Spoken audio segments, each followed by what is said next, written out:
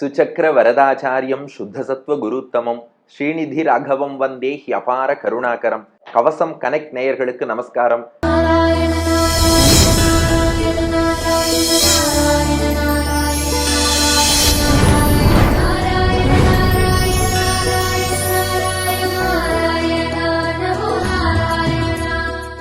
பெரியாழ்வார் யசோதையோடு நாமும் இப்போது இருவாட்சி பூவை கையில் ஏந்தி இருக்கிறோம். ஸ்ரீரங்கநாதனையே கண்ணனாக கண்டு போன பாசுரத்துல கும்பகோண சார்கபாணி பெருமாளை அழைத்தது போல இப்போ ஸ்ரீரங்க ரங்கநாதன் அவனை கண்ணனாக கண்டு இருவாட்சி பூவை சூட்டிக்கொள்ளவா என்று அழைக்க நீங்களும் காத்திருக்கிறீர்கள். அடியேனும் இப்போது தயாராகிவிட்டேன். பெரியாழ்வார் யசோதையும் தயாராயிட்டா. நாமெல்லாம் தயாராகி என்னப்பா பண்றது? சூடிக்கொள்ள வேண்டிய கிருஷ்ணன் அல்லவோ தயாராகணும். மறுபடியும் ஓடிட்டான். யசோதை பார்த்தா 7 பூ கஷ்டப்பட்டு மல்லு கட்டி சூட்டினா இந்த 8வது மலருக்கு ஓடிட்டானே. கிருஷ்ணனை பார்த்து சொல்றா, எப்பா நீ எப்ப என்ன பண்ணுவேன்னு யாருக்குமே புரியலையேன்னா. ஏன் அப்படி சொல்றேன்னு கேட்டான். யசோதை பாடலை விண்ணப்பிக்கிறாள். வாருங்கள் நாமும் சேர்ந்து சொல்வோம். 8வது பாசுரம். சீமாலிகன் அவனோடு தோழமை கொள்ளவும் வல்லாய், சாமாறு அவனை நீ எண்ணி சக்கரத்தால் தலை கொண்டாய், ஆமாறு அறியும் பிரானே அணி அரங்கத்தே கிடந்தாய், ஏமாற்றம் என்னை தவிர்த்தாய், இருவாட்சி பூச்சூட்ட வாராய், சீ மாலிகன் அவனோடு தோழமை கொள்ளவும் வல்லாய், சாமாறு அவனை நீ எண்ணி சக்கரத்தால் தலை கொண்டாய், ஆமாறு அறியும் பிரானே அணி அரங்கத்தே கிடந்தாய், ஏமாற்றம் என்னை தவிர்த்தாய், இருவாட்சி பூச்சூட்ட வாராய் என்பது பாசுரம். யசோதை சொல்றா, நீ எப்ப என்ன பண்ணுவேன்னு யாருக்குமே தெரியலடா. மாலிகன்னு ஒருத்தனோட திடீர்னு நட்பு கொண்டாய், அப்புறம் அதே மாலிகனை நீயே அழித்து விட்டாய். அப்ப நீ என்ன பண்ணுவ, எப்ப பண்ணுவ, எப்படி பண்ணுவ, இதெல்லாம் நாங்க எப்படிடா புரிஞ்சுக்கிறது? ஏன்னா மாலிகன் மாலிகன் என்று ஒரு அசுரன் இருந்தானோ. அந்த மாலிகன்கிறவன் கிருஷ்ணன்ட்ட கொஞ்சம் நட்பு கொள்ள வந்தான். கிருஷ்ணனும் அவனை நண்பனாக ஏற்றுக்கொண்டான். இந்த மாலிகன் கிருஷ்ணன்ட்ட சொன்னானா, நான் உங்கூட கொஞ்சம் ஆயுத பயிற்சி எல்லாம் எடுத்துக்கொள்ளணும்னு ஆசைப்படுறேன்னா. சரி, அதுக்கு என்ன, என் நண்பனாக வந்துட்ட, உனக்கு ஆயுத பயிற்சி நானே அளிக்கிறேன்னு அந்த மாலிகனுக்கு எல்லா ஆயுதங்களையும் எப்படி பிரயோகம் பண்ணணும்னு கிருஷ்ணனே சொல்லி கொடுத்தானான். ஆனா எல்லாத்தையும் கத்துண்டவன் என்ன பண்ணிட்டான், அந்த ஆயுதங்களை நல்லவர்கள் மீது, பொதுமக்கள் மீது, ரிஷிகள் மீதெல்லாம் ஏவி அவளெல்லாம் துன்புறுத்த ஆரம்பிச்சான். சிலரை கொல்லவும் தொடங்கினான். கிருஷ்ணன் பார்த்தான், அப்படின்னா இந்த மாலிகனை விட்டு வைக்க கூடாது, இவனை அழிச்சிட வேண்டியதான் முடிவு பண்ணான். அப்போ பலராமன் சொன்னாராம், ஏ கிருஷ்ணா, உன் நண்பனை நீயே கொல்லலாமா? நண்பனை கொல்வதுங்கிறது ஒரு பெரிய துரோகம், பெரிய பாப்பம். அந்த பகவானாகிய நீயே நண்பனை கொல்லலாமான்னு கேட்டாராம் பலராமன். கிருஷ்ணன் சொன்னானா, நண்பனை நான் தானே கொல்லக்கூடாது, அவனை எப்படி அழிக்கணும்னு எனக்கு தெரியும்ட்டான். இந்த மாலிகனே ஒரு நாள் கிருஷ்ணன்ட்ட வந்து சொன்னானா, எனக்கு நீ எல்லா ஆயுத பயிற்சியும் கொடுத்துட்ட, உன் கையில சக்கராயுதம்னு ஒண்ணு இருக்காமே, அந்த சக்கராயுதத்தை எப்படி பயன்படுத்தணும் அதையும் சொல்லி கொடுன்னு அவனே கேட்டான். கிருஷ்ணன் சொல்லி பார்த்தான்ப்பா, அந்த சக்கராயுதம் சுதர்சன சக்கரம்ங்கிறது நான் மட்டும்தான் பயன்படுத்த முடியும், வேறு யாராலும் பயன்படுத்த முடியாது. அவன் சொன்னான், அதெல்லாம் இல்லை, எனக்கு நீ சொல்லி கொடுத்துதான் தீரணும்னா. கிருஷ்ணன் பார்த்தான், இதுதான் நல்ல வாய்ப்பு, இவன் பல பேரை துன்புறுத்தின்னு இருக்கான், இவன் அழிக்க, இந்த அசுரனாகிய மாலிகனை அழிக்க நல்ல வாய்ப்புன்னு சொல்லிட்டு கிருஷ்ணன் என்ன பண்ணானா, பாருப்பா, நான் என்னுடைய ஆள்காட்டி விரல்ல சக்கராயுதத்தை பிடித்து இப்படி ஏவறேன், அது பூமராங் மாதிரி முன்னாடி போயிட்டு திரும்ப என் கைக்கே வரும், அதே மாதிரி நீ எடுத்து பிரயோகம் பண்ணுன்னா. கிருஷ்ணன் அதே மாதிரி சக்கரத்தை ஏவி காட்டினான். அது ஒரு சுத்து சுத்திட்டு கிருஷ்ணன் கைக்கே மீண்டும் வந்தது. இப்போ மாலிகன் கையில கொடுத்தான். ஏய் நீ ஏவிடான்னா. மாலிகன் திரும்ப ஏவினா, சக்கரமும் பறந்து போச்சு. எதிர்பார்த்தபடியே திரும்பி வந்தது, எல்லாம் கரெக்டா பண்ணித்து. ஆனா திரும்பி வரும்போது அவன் வலது கை ஆள்காட்டி விரல்ல வந்து உட்காரல, நேரா அவன் கழுத்தை சீவிண்டு போயிட்டான். பலராமன் பார்த்தா, ஏண்டா நண்பனை கொன்னுட்டியேன்னார். கிருஷ்ணன் சொன்னான், அண்ணா நான் கொல்லல, நீங்க தான் சொல்லியிருக்கே நண்பனை கொல்லக்கூடாதுன்னு, நான் கொல்லுவேனா? அவன் சக்கராயுதம் பயிற்சி எடுக்கணும்னு கேட்டான், பயிற்சி கொடுத்தேன், பயிற்சி ஒழுங்கா பண்ணிக்க தெரியல, துப்பாக்கிய எதிராளியை பார்த்து சுடுறதுக்கு பதிலாக தன்னை பார்த்தே சுட்டுண்டா அதுக்கு யார் பொறுப்பு? அந்த மாதிரி சக்கராயுதத்தை அவனே அவன் கழுத்துல ஏவிட்டான், நான் என்ன பண்ணுவேன்னு சொல்லிட்டு போயிட்டானோ. அதைத்தான் யசோதை சொல்றா, அப்பா நீ எதை எப்ப எப்படி பண்ணுவேன்னு எப்படிடா தெரியும்? சி மாலிகன். வெயிட், நீ மாலிகன்னு தானே பேர் சொன்ன, இங்க ஆழ்வார் சி மாலிகன்னு பாடியிருக்காருன்னா இந்த சீக்கு ஸ்ரீன்னு அர்த்தம். சி மாலிகன்னா ஸ்ரீ மாலிகன், மிஸ்டர் மாலிகன் அர்த்தம். இவனுக்கு எதுக்கு ஸ்ரீனா, அவன் அசுரன் கெட்டவன், அதெல்லாம் அப்புறம் கொஞ்ச நாள் கிருஷ்ணனுக்கு நண்பனாக இருந்துட்டானோ இல்லையோ, அதனால பெரியாழ்வார் என்ன பண்ணியிருக்கார், பகவானுக்கு நண்பர்னா நாம் அவருக்கு மரியாதை கொடுக்கணும். முன்னாடி ஒரு ஸ்ரீ போட்டார், ஸ்ரீமாலிகன். அதைத்தான் தமிழ்ல சீமாலிகன் சொல்றார். இந்த மாலிகன் அவனோடு, இந்த அசுரத்தன்மை கொண்ட அந்த மாலிகன் என்பவனோடு, சீமாலிகன் என்பவனோடு தோழமை நட்பை கொள்ளவும் கடைபிடிக்கவும் வல்லாய், வல்லவனாக இருக்கிறாய். அவனோடு ஃப்ரெண்ட்ஷிப்பும் உனக்கு வச்சுக்க தெரியும், நட்பும் பாராட்ட தெரியும், ஆயுதமும் சொல்லிக் கொடுக்க தெரியும். ஆனா அதே நேரத்துல அவன் தப்பு பண்ணறாங்கும் போது சாமாறு, சாமாறுனா சாகுமாறு, அவன் சாகும்படி, அவன் அழியும்படி அவனை நீ எண்ணி, அவனை அழிப்பதற்கு நீ எண்ணினா திட்டம் போட்டுன்னு அர்த்தம்.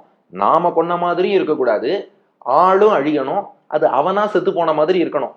அதற்கு எண்ணி, எண்ணத்தாலே திட்டம் போட்டு சக்கரத்தால், உன்னுடைய சக்கராயுதத்தை அவன் கையில கொடுத்து ஏவ சொல்வது போல் ஏவ சொல்லி அந்த சக்கரத்தால் தலை கொண்டாய். தலை கொண்டாய்னா அவன் தலையை அழித்து அறுத்து ஒழித்தாய்ன்னு அர்த்தம். அப்ப அந்த சீமாலிகன் அவனோடு தோழமை கொள்ளவும் வல்லாய், உனக்கு நட்பும் வச்சுக்க தெரிஞ்சிருக்கு. சாமாறு அவனை நீ எண்ணி சக்கரத்தால் தலை கொண்டாய். அவன் எப்படி சாவதற்கான வழி என்பதை நீயே திட்டம் போட்டு உன் சக்கராயுதத்தாலை அவனை அழிக்கவும் செய்தாய். இப்படியெல்லாம் பண்றியடான்னா யசோதை. கிருஷ்ணன் சொன்னா அதெல்லாம் கிடையாது, நான் எது நல்லதோ அதைத்தான் பண்றேன். நான் எப்ப வருவேன், எப்படி வருவேன் அதெல்லாம் யாருக்கும் தெரியாது. ஆனா வர வேண்டிய நேரத்துல கரெக்டா வருவேன். என்ன செய்வேன், எப்படி செய்வேன்னு யாருக்கும் தெரியாது. ஆனா செய்ய வேண்டியதை சரியா செய்வேன். அவன் தீமை செய்தான், நல்லவர்களை துன்புறுத்தினான், அவனே தீயவன், அதனாலதானே அழித்தேன்னா. யசோதை பார்த்தா, சரிதான்டா, ஆமாறு அறியும் பிரானே. ஆம் ஆறுனா ஆகும் ஆறுன்னு அர்த்தம். ஆகும்னா எதிர்காலத்திலே வரக்கூடிய, ஆறு என்றால் விஷயங்களின் தன்மைகளை எல்லாம், என்னென்னலாம் நடக்கப் போகிறது என்பவை எல்லாம் அறியும், எல்லாம் அறிந்தவனே. ஆமாறு அறியும்னா எதிர்காலத்தில் என்னென்னவெல்லாம் நடக்கும் என்பதை அறிந்திருக்கக்கூடிய பிரானே. பிரான்னா பேருதவி செய்பவன் அர்த்தம். எதிர்காலத்துல யாருக்கு என்ன ஆபத்து வருங்கிறத அறிந்து பிரானாக முன்பே உதவி செய்பவன் அர்த்தம். இப்போ நம்ம தலைக்கு எப்பேற்பட்ட ஆபத்து வரும் நமக்கே தெரியாது. ஆனா பகவான் முன்பே அறிந்து கொண்டு தலைக்கு வந்தது தலைப்பாயோடு போகும்படி நம்ம காப்பாத்துறான். நாம் அதை ரியலைஸ் பண்றோமோ இல்லையோ அதெல்லாம் அப்புறம். ஆனா ஆமாறு எதிர்காலத்துல என்ன நடக்க போறதுங்கிறத அறியும், முன்பே அறிந்து பக்தர்களை காக்கக்கூடிய பிரானே, பேருதவி செய்பவனே. அதற்கு அடையாளமாகத்தான் அணி அரங்கத்தே கிடந்தாய். எங்களுக்கு ஆபத்து வரத்துக்கு முன்னாடி எங்களை காப்பாத்துறதுக்காகத்தான் ஸ்ரீரங்கத்திலே பள்ளி கொண்டிருக்கிறாய். இது அடியன் சொல்லல, பராசர பட்டர் சாதிச்சாராம். ஒருத்தர் கேட்டாராம் பராசர பட்டர்கிட்ட, காவிரி கரையில ஸ்ரீரங்கத்துல ஏன் பெருமாள் பள்ளி கொண்டு இருக்கிறார்னு. அதுக்கு பராசர பட்டர் பதில் சொன்னாராம், அந்த கஜேந்திரன்னு ஒரு யானை ஒரு குளத்தங்கரையில மாட்டின்டுது, அது ஆதி மூலமேனு கூப்பிட்டு அப்புறம் போய் பெருமாள் காப்பாத்தினார். அந்த பெருமாள், அதே பெருமாள் என்ன பண்ணாராம், நம்ம ஆபத்துன்னு கூப்பிடுறதுக்கு முன்னாடி நம்மளை காப்பாற்றணும்னு நினைச்சார். அதனால அந்த யானை இருந்த குளத்தங்கரைக்கு வந்த பெருமாள் தான் இப்போ காவிரி கரையில பள்ளி கொண்டு இருந்து நமக்கெல்லாம் பெருமாளை கூப்பிடுறதுக்கு கூட சாமர்த்தியம் இல்லை. ஆபத்துன்னா நம்ம பெருமாள் தாயாரும் கூப்பிட மாட்டேங்கிறோம், ஒரு அம்மா அப்பான்னு கூப்பிட்டா கூட அவ காப்பாத்துவா, நம்ம ஐயோன்னு கத்தின்னு இருக்கோம். அதனால நீ கூப்பிடுறதுக்கு முன்னாடியே காப்பாத்துறேன்னு ஸ்ரீரங்கத்துல பள்ளி கொண்டு இருக்காராம். அப்போ நமக்கு எதிர்காலத்தில் வர உள்ள ஆபத்துகளை அறிந்து அது வருமுன் காப்பதற்காக அணி, அணினா உலகத்துக்கே அலங்காரமாக இருக்கக்கூடிய அணிகலன்னு அர்த்தம். உலகத்துக்கே அணிகலனாக இருக்கும் அரங்கத்தே, ஸ்ரீரங்கத்திலே கிடந்தாய், பள்ளி கொண்டு இருப்பவனே. அப்போ அந்த அவதாரத்துல சீமாலிகன் போன்ற தீயோர்களை எல்லாம் கிருஷ்ணாவதாரத்துல அழிச்சுட்ட. ஆனா ரங்கநாதனாக நிரந்தரமாக பள்ளி கொண்டிருந்து ஆபத்தை போக்கி அடியார்களை காப்பதற்காகவே கிடந்தாய், நிரந்தரமாக ஸ்ரீரங்கத்தில் பள்ளி கொண்டிருப்பவனே. ஏமாற்றம் என்னை தவிர்த்தாய். இந்த பெரியாழ்வார் யசோதை சொல்றாளாம், நீ ஸ்ரீரங்கத்துல பள்ளி கொண்டதுனால ஏமாற்றம் என்னை தவிர்த்தாய்னா என்னை ஏமாற்றம் தவிர்த்தாய்னு புரிஞ்சுக்கணும். இந்த இடத்துல ஏமாற்றம்னா டிசப்பாயின்மெண்ட்னு அர்த்தம் இல்லையா, வருத்தம்னு அர்த்தமா. என்னை ஏமாற்றம் தவிர்த்தாய்னா என்னுடைய வருத்தத்தை தவிர்த்தாய், போக்கினாய். ஏமாற்றம் என்னை தவிர்த்தாய், என் வருத்தத்தை எல்லாம் போக்கிட்ட. ஸ்ரீரங்கத்துல பள்ளி கொண்டதுனால என் வருத்தம் எல்லாம் நீங்கிட்டு. ஸ்ரீரங்கத்துல இவர் பள்ளி கொள்வதற்கும் பெரியாழ்வார் யசோதையின் வருத்தம் நீங்குவதற்கும் என்ன தொடர்புன்னா, பெரியாழ்வாருக்கு என்ன ஏக்கம், பெருமாளுக்கு நிறைய பேர் சூழ்ந்திருந்து பல்லாண்டு பாடணும், பல்லாண்டு பல்லாண்டு பல்லாயிரத்தாண்டுன்னு அடியார்கள் பாடிட்டே இருக்கணும். அது எங்க சாத்தியமாச்சுன்னா, கிருஷ்ணாவதாரத்துல சாத்தியமாச்சான்னு தெரியாது, ராமாவதாரத்துல சாத்தியமாச்சான்னு தெரியாது.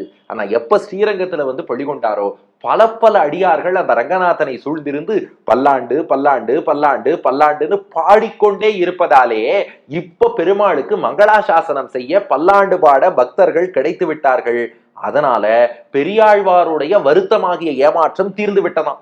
அதுதான் ஏமாற்றம் என்னை தவிர்த்தாய். உனக்கு பல பேர் பல்லாண்டு பாடக்கூடிய ஸ்ரீரங்கத்திலே நீ பள்ளி கொண்டு இப்போது பல அடியார்கள் உனக்கு பல்லாண்டு பாடுவதாலே உனக்கு என்ன ஆபத்து வருமோ என்று அஞ்சிக் கொண்டிருந்த என்னுடைய வருத்தத்தை எல்லாம் நீ போக்கி ஸ்ரீரங்கத்தில் பள்ளி கொண்டு விட்டாய். அந்த வருத்தத்தெல்லாம் போக்கின நீ இன்னும் என் மனசுல ஒரே ஒரு வருத்தம், இந்த இருவாட்சி பூவை கையில வச்சுட்டு ரொம்ப நேரமா உன் கூட பேசிட்டே இருக்கேனே, இந்த இருவாட்சி பூச்சூட்ட வாரா. ஏ ரங்கநாதா, ஸ்ரீரங்கத்து எம்பெருமானே, இந்த இருவாட்சி பூவை நீ வந்து சூட்டிக் கொள்ள வேண்டும் என்று அழைக்க கண்ணபிரானும் ஆனந்தமாக வந்து அந்த இருவாட்சி பூவை நாம் சூட்ட அவனும் அணிந்து கொள்ள ஆனந்தமான அனுபவம் நிறைவேறுகிறது. ஆக 8வது பாசுரம், தீமாலிகன் அவனோடு தோழமை கொள்ளவும் வல்லாய், சாமாறு அவனை நீ எண்ணி சக்கரத்தால் தலை கொண்டாய், ஆமாறு அறியும் பிரானே அணி அரங்கத்தே கிடந்தாய், ஏமாற்றம் என்னை தவிர்த்தாய், இருவாட்சி பூச்சூட்ட வாராய். அந்த மாலிகன் என்பவனோடு நட்பு கொள்ளவும் தெரிஞ்சிருக்கு. அவன் தீய வழியில போறான்னா சக்கரத்தை கொண்டு அழிக்கவும் உனக்கு தெரிஞ்சிருக்கு.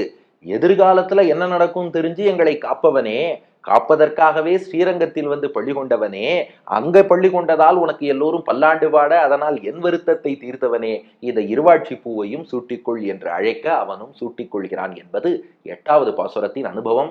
அப்படியே ஆங்கில வடிவம், you are capable of befriending the wicked Malika, you are also capable of planning his death with your disc.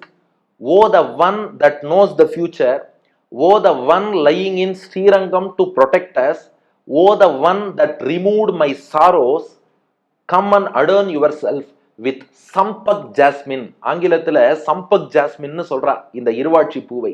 அந்த பூவை சூட்டிக்கொள்ளவா, அதாவது அது பெரிய மல்லிகை பூவாக இருக்கும் என்று சொல்கிறார்கள். குண்டுமல்லி என்பதும் இந்த இருவாட்சி தான் என்று சொல்கிறார்கள். அதனால அது ஒரு பெரிய மல்லிகை பூன்னு புரிகிறது. அந்த சம்பக் ஜாஸ்மினை சூட்டிக்கொள்ளவா என்று அழைக்கிறாள். இனி அடுத்த பாசுரம் 9வது பாசுரம், நிறைவான புஷ்பம், கருமுகை புஷ்பம். அந்த கருமுகை பூவோடு காத்திருங்கள். அடுத்து பெருமாளை அழைத்து 9வது பூவை, நவரத்தினம் என்பது போல 9வது பூவை சூட்டிவிட்டால் பூச்சூட்டல் நிறைவடைந்து விடும். 10வது பாசுரம் பலஸ்ருதி. பெரியாழ்வார் திருவடிகளே சரணம். சீமாலிகனவனோடு தோழமை கொள்ளவும் வல்லாய், சாமாரவனை நீ எண்ணி சக்கரத்தால் தலை கொண்டாய், ஆமாரறியும் பிரானே அணியரங்கத்தே கிடந்தாய், ஏமாற்றம் எல்லை தவிர்த்தாய், இருவாட்சி பூச்சூட்டவாராய், ஏமாற்றம் என்னை தவிர்த்தாய், இருவாட்சி பூச்சூட்டவாராய்.